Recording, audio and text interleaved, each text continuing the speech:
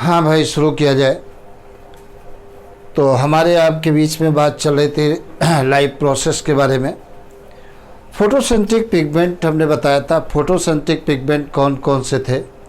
एक तो मैंने बताया था क्लोरोफिल ए, दूसरा क्लोरोफिल बी, तीसरा कैरोटीन और चौथा जेंथोफिल। ये 4 फोटोसिंथेटिक पिगमेंट मैंने बताया था।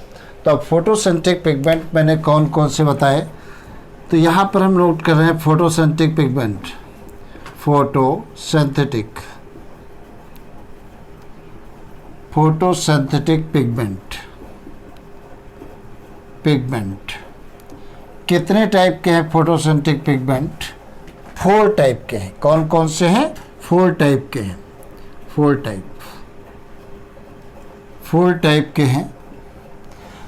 पहला देखिए पहला कौन सा है? Chlorophyll A. ये क्लोरोफिल ए। दूसरा कौन सा है? Chlorophyll B. Chlorophyll B. और तीसरा कौन सा है? कैरोटीन। और चौथा कौन सा है? जेंथोफिल।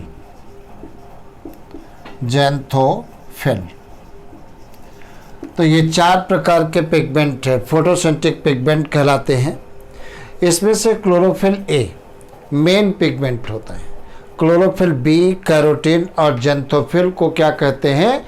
एसेसरी पिगमेंट कहते हैं। क्या कहते हैं? एसेसरी पिगमेंट कहते हैं। इनका बहुत बड़ा रोल होता है। अगर सन की direct light, sunlight chlorophyll A पर पड़ जाएगी तो क्लोरोफिल ए का फोटो ऑक्सीडेशन हो जाएगा। अगर क्लोरोफिल ए का फोटो ऑक्सीडेशन हो गया तो क्लोरोफिल नष्ट हो जाएगा।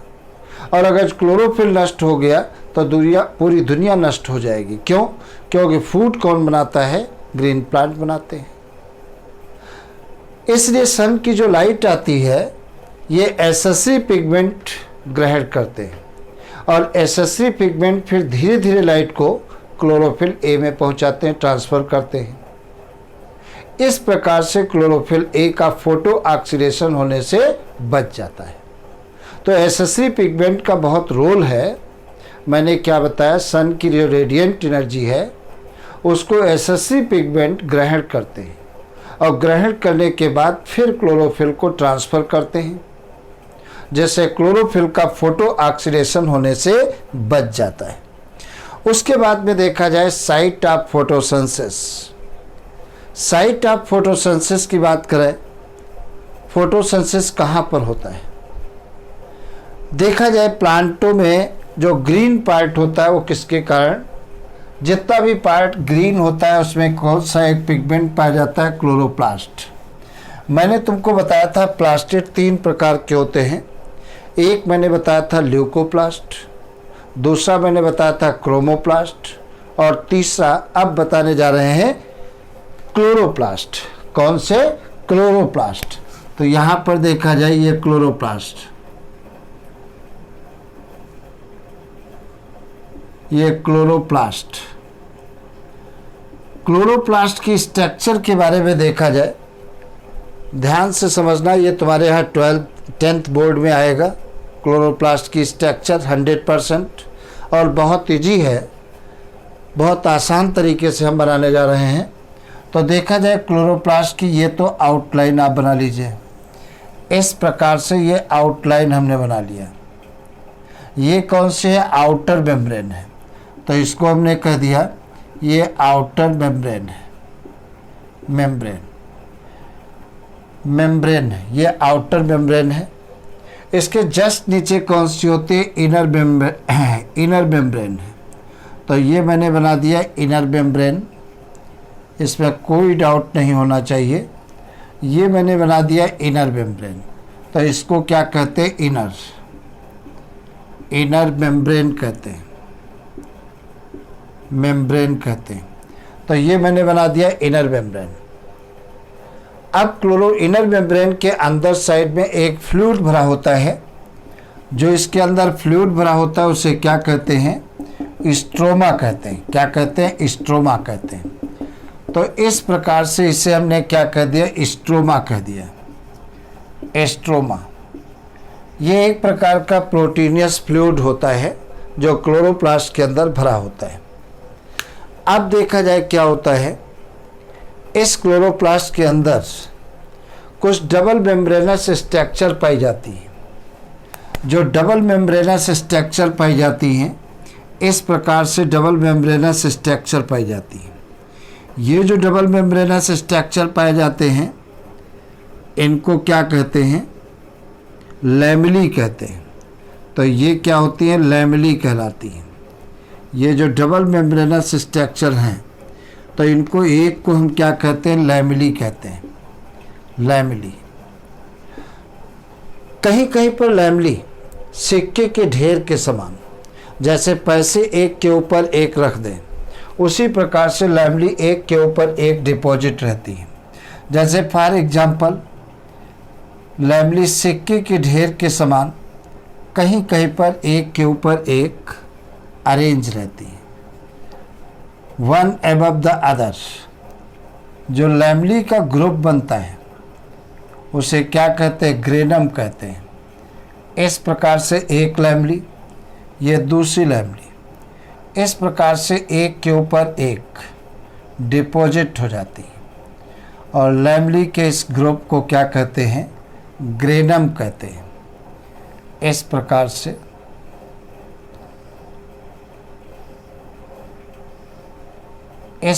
से स्ट्रक्चर बनती है। इन्हें क्या कहते हैं, ग्रेनम कहते हैं। एक ग्रेनम हम बनाए दे रहे हैं। इस प्रकार से एक क्लोरोप्लास्ट के अंदर 20 से 40 तक ग्रेनम पाए जाते हैं। तो ये ग्रेनम हम इस समय बना रहे हैं। लैमेली एक के ऊपर एक डिपॉजिट हो गई और लैमेली के ग्रुप को क्या कहते हैं, ग्रेनम कहते हैं। स्ट्रोमा आप देखो यहाँ दिखा रहे हैं, ये स्ट्रोमा है। अब देखा जाए क्या होता है, लैमेली के ग्रुप को क्या कहते हैं, ग्रेनम कहते हैं। तो ये कहलाता है ग्रेनम, ये ग्रेनम कहलाता है। एक चीज़ और तुम्हें बताएं, जब फोटोसिंथेसिस होती है तो उसमें दो रिएक्शन होती है, एक लाइट रिएक्शन होती है और एक डार्क रिएक्शन होती है। मैंने क्या बताया, जब फोटोसिंथेसिस होती है तो दो रिएक्शन होती है, एक लाइट रिएक्शन होती है और एक डार्क रिएक्शन होती है। लाइट रिएक्शन कहाँ पर होती है, ग्रेनम के अंदर होती है, ग्रेनम में चलती है। और डार्क रिएक्शन कहाँ पर चलती है, स्ट्रोमा में चलती है। दोनों बातें तुम्हें याद रखना है। Photosynthesis completed into two process, number 1 light reaction, number 2 dark reaction. Light reaction कहाँ चलती है, ग्रेनम में चलती है, और डार्क रिएक्शन कहाँ चलती है, स्ट्रोमा में चलती है। आगे देखा जाए, दो ग्रेनम को जोड़ने वाली जो ये लैमेली होती है, दो ग्रेनम को जोड़ने वाली लैमेली को क्या कहते हैं, स्ट्रोमा लैमेली कहते हैं। तो इसे क्या कहते हैं, स्ट्रोमा, स्ट्रोमा लैमेली कहलाते हैं, लैमेली। तो ये स्ट्रोमा लैमेली या इन्हीं को क्या कहते हैं, फ्रीट चैनल कहते हैं। क्या कहते हैं, फ्रीट चैनल कहते हैं। दूसरी बात देखा जाए, ग्रेनम की प्रत्येक लैमेली को, ये लैमेली का ग्रुप है, ग्रेनम की प्रत्येक लैमेली को क्या कहते हैं, थाइलेक्वाइड कहते हैं। तो एक को क्या कहेंगे, थाइलेक्वाइड कहते हैं, थाइलेक्वाइड कहते हैं। एक लैमेली, ग्रेनम की एक लैमेली को क्या कहते हैं, थाइलेक्वाइड कहते हैं। ये बात अपने को ध्यान रखना है। थाइलेक्वाइड की इनर सरफेस पर बहुत सारी छोटी छोटी दानेदार स्ट्रक्चर पाई जाती हैं। जो ये छोटी छोटी दानेदार स्ट्रक्चर पाई जाती हैं, इन स्ट्रक्चर को क्या कहते हैं, क्वांटासोम कहते हैं। ये क्या कहलाती है, क्वांटासोम। जो इस समय हम बना रहे हैं ये क्वांटासोम कहलाते हैं।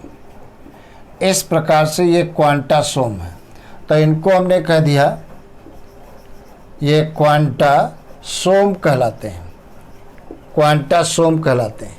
और क्वांटासोम क्या होती हैं, यूनिट ऑफ फोटोसिंथेसिस कहलाते हैं, प्रकाश संश्लेषण की इकाई कहलाते हैं। क्या कहलाते हैं, प्रकाश संश्लेषण की इकाई कहलाते हैं, यूनिट ऑफ फोटोसिंथेसिस कहलाते हैं। दूसरी बात देखा जाए, एक क्वांटासोम के अंदर 230 क्लोरोफिल के मॉलिक्यूल पाए जाते हैं। तो 1 क्वांटासोम कंटेन, यहाँ पर आप लिख सकते हो 1 quantasome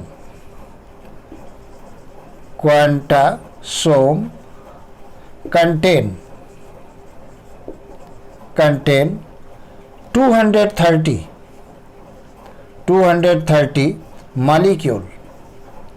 molecule of chlorophyll।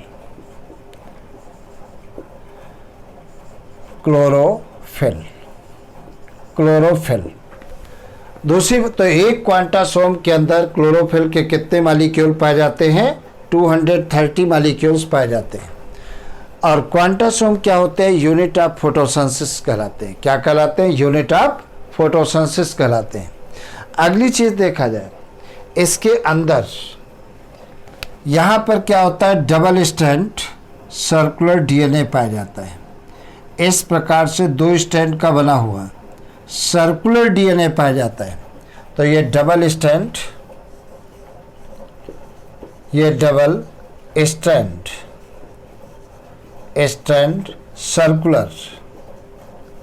Circular DNA, तो इसमें डबल स्ट्रैंड सर्कुलर डीएनए पाया जाता है। दूसरी बात देखा जाए, इसमें 70S टाइप के राइबोसोम पाए जाते हैं। कैसे? 70S टाइप के राइबोसोम पाए जाते हैं। ये 70S टाइप के राइबोसोम हम बना रहे हैं, तो ये 70S टाइप राइबोसोम पाए जाते हैं, तो 70S राइबोसोम पाए जाते हैं। और इसके अंदर क्या पाए जाते हैं? इस प्रकार से आरएनए भी पाया जाता है। ये आरएनए के टुकड़े हैं, ये आरएनए भी इसके अंदर पाया जाता है। तो इनको क्या कहते हैं? आरएनए कहते हैं, आरएनए कहते हैं।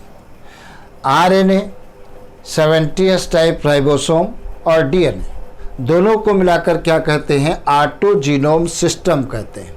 तो ऑटोजीनोम सिस्टम किसे कहते हैं? ये बात तुम्हें याद रखना है। मतलब ऑटोजीनोम सिस्टम ये है जीनोम सिस्टम। ऑटोजीनोम सिस्टम किस किस को मिलाकर कहते हैं? किसे कहते हैं? Double strand circular DNA, double strand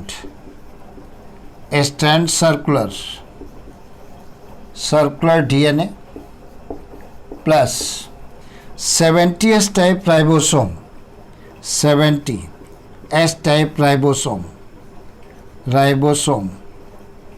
और क्या है? Plus RNA. इनको मिलाकर क्या कहते हैं? ऑटोजीनोम सिस्टम कहते हैं। अब जरा फिर से आप समझ लीजिए, क्योंकि आएगा तुम्हारे यहाँ 10th में, बोर्ड में पूछा जाएगा। इसको समझना बहुत ज़रूरी है और अच्छे से समझिए। मैंने क्या बताया? प्लांटों के जो पार्ट ग्रीन होते हैं, उन ग्रीन पार्टों में क्लोरोप्लास्ट पाए जाते हैं। और क्लोरोप्लास्ट चारों तरफ से, कायदे समझना भाई, क्लोरोप्लास्ट चारों तरफ से डबल मेम्ब्रेन के द्वारा बाउंडेड होते हैं। ये आउटर मेम्ब्रेन है और ये इनर मेम्ब्रेन है। क्लोरोप्लास्ट के अंदर एक प्रोटीनियस फ्लूइड भरा होता है। जो प्रोटीनियस फ्लूइड भरा होता है उसे क्या कहते हैं? स्ट्रोमा कहते हैं। क्या कहते हैं? स्ट्रोमा कहते हैं। दूसरी बात देखा जाए, क्लोरोप्लास्ट के अंदर कुछ डबल मेम्ब्रेनस स्ट्रक्चर पाई जाती है। जो डबल मेम्ब्रेनस स्ट्रक्चर पाई जाती है उन्हें क्या कहते हैं? लैमली कहते हैं। कहीं कहीं पर लैमली सिक्के के ढेर के समान, जैसे पैसे एक के ऊपर एक रख दें, तो कहीं कहीं पर लैमली सिक्के के ढेर के समान एक के ऊपर एक अरेंज हो जाती है। तो लैमली के इस ग्रुप को क्या कहते हैं? ग्रेनम कहते हैं। क्या कहते हैं? ग्रेनम कहते हैं। तुमको एक बात और हमने अभी बताया है कि फोटोसिंथेसिस जब होती है तो उसमें 2 रिएक्शन होती हैं, एक लाइट रिएक्शन और दूसरी डार्क रिएक्शन। फोटोसिंथेसिस की लाइट रिएक्शन कहाँ पर चलती है? ग्रेनम में चलती है। कहाँ पर चलती है? ग्रेनम में। और डार्क रिएक्शन कहाँ पर चलती है? स्ट्रोमा में चलती है। ये बात याद रखना। फोटोसिंथेसिस में दो रिएक्शन होती है, एक लाइट रिएक्शन और दूसरी डार्क रिएक्शन। लाइट रिएक्शन कहाँ पर चलती है? ग्रेनम में चलती है। और डार्क रिएक्शन कहाँ चलती है? स्ट्रोमा में चलती है। दो ग्रेनम को जोड़ने वाली लैमली को क्या कहते हैं? स्ट्रोमा लैमली कहते हैं। स्ट्रोमा लैमली को ही क्या कहते हैं? फ्रीट चैनल भी कहते हैं। चाहे हम स्ट्रोमा लैमली कहें चाहे फ्रीट चैनल कहें, दोनों बातें एक होती हैं। दूसरी बात देखा जाए, ग्रेनम की प्रत्येक लैमली को क्या कहते हैं? थाइलेक्वाइड कहते हैं। ग्रेनम की प्रत्येक लैमली को क्या कहते हैं? थाइलेक्वाइड कहते हैं। और थाइलेक्वाइड की इनर सरफेस पर बहुत सारी दानेदार संरचनाएं पाई जाती हैं, स्ट्रक्चर मिलती हैं। जो ये ग्रेनुलर स्ट्रक्चर मिलती है उन्हें क्या कहते हैं? क्वांटासोम कहते हैं। और क्वांटासोम क्या होती है? यूनिट ऑफ फोटोसिंथेसिस कहलाती है। क्या कहलाती है? यूनिट ऑफ फोटोसिंथेसिस कहलाती है। और क्यों? क्योंकि क्वांटासोम ही क्या करते हैं? एक्चुअल में सन की रेडिएंट एनर्जी को केमिकल एनर्जी में कन्वर्ट करते हैं। तो कभी भी क्वेश्चन पूछ लिया जाए कि क्लोरोप्लास्ट का कौन सा पार्ट सन की रेडिएंट एनर्जी को केमिकल एनर्जी में कन्वर्ट करता है, तो आपका आंसर होगा क्वांटासोम। और एक क्वांटासोम के फॉर्मेशन में 230 मॉलिक्यूल ऑफ क्लोरोफिल भाग लेते हैं। मतलब एक क्वांटासोम के फॉर्मेशन में 230 क्लोरोफिल के मॉलिक्यूल पार्टिसिपेट करते हैं। ये तो बात इतनी रही। यहाँ पर क्लोरोप्लास्ट के अंदर आरएनए पाया जाता है, 70S टाइप के राइबोसोम पाए जाते हैं और डबल स्ट्रैंड सर्कुलर डीएनए पाया जाता है। ध्यान रखना, अपन लोगों में डबल स्ट्रैंड लीनियर डीएनए पाया जाता है, लेकिन इसमें कैसा पाया गया? डबल स्ट्रैंड सर्कुलर डीएनए पाया जाता है। कैसा? Double strand circular DNA. तो आपको याद रखना है, double strand circular DNA, 70S type ribosome और आरएनए, इन तीनों को मिलाकर क्या कहते हैं? ऑटोजीनोम सिस्टम कहते हैं। क्या कहते हैं? ऑटोजीनोम सिस्टम कहते हैं। और इसी ऑटोजीनोम सिस्टम की प्रेजेंस के कारण ही अगर क्लोरोप्लास्ट को सेल से बाहर निकाल दिया जाए तो ये जीवित बना रहता है। इसीलिए क्लोरोप्लास्ट को क्या कहते हैं? क्या कहते हैं? सेमी ऑटोनोमस ऑर्गेनेल्स कहते हैं। अर्ध स्वशासित ऑर्गन्स कहते हैं, ऑर्गेनेल्स कहते हैं। तो तुमसे क्वेश्चन पूछ सकते हैं कौन सा ऑर्गेनेल्स सेमी ऑटोनोमस है? तो एक्चुअल में दो होते हैं, एक क्लोरोप्लास्ट है और दूसरा माइटोकॉन्ड्रिया। ये क्या कहलाते हैं? सेमी ऑटोनोमस ऑर्गेनेल्स कहलाते हैं। मतलब सेल के ऊपर पूर्णतः डिपेंड नहीं होते हैं। अगर सेल से इनको हम बाहर निकाल देंगे तो ये जीवित बने रहते हैं, मरते नहीं हैं। इसीलिए इन्हें सेमी ऑटोनोमस ऑर्गेनेल्स कहते हैं। और क्यों नहीं मरते हैं? क्योंकि ऑटोजीनोम सिस्टम की प्रेजेंस के कारण इनमें ऑटोजीनोम सिस्टम मिलता है, इसीलिए ये डेड नहीं होते हैं। और यही चीज़ें माइटोकॉन्ड्रिया में भी मिलेगी। इसलिए माइटोकॉन्ड्रिया को भी क्या कहते हैं? सेमी ऑटोनोमस ऑर्गेनेल कहते हैं। तो ये हम समझते हैं, आप समझ गए होंगे। 70S टाइप राइबोसोम पाए जाते हैं। अब देखा जाए क्या होता है, और देखी जाए क्लोरोप्लास्ट के बारे में एक चीज़ और देखा जाए।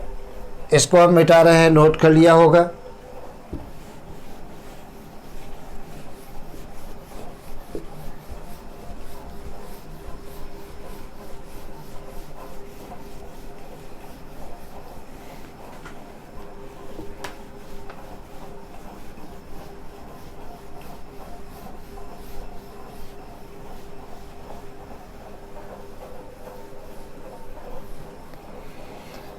हाँ, अब देखा जाए, तुमको एक चीज़ बताएं,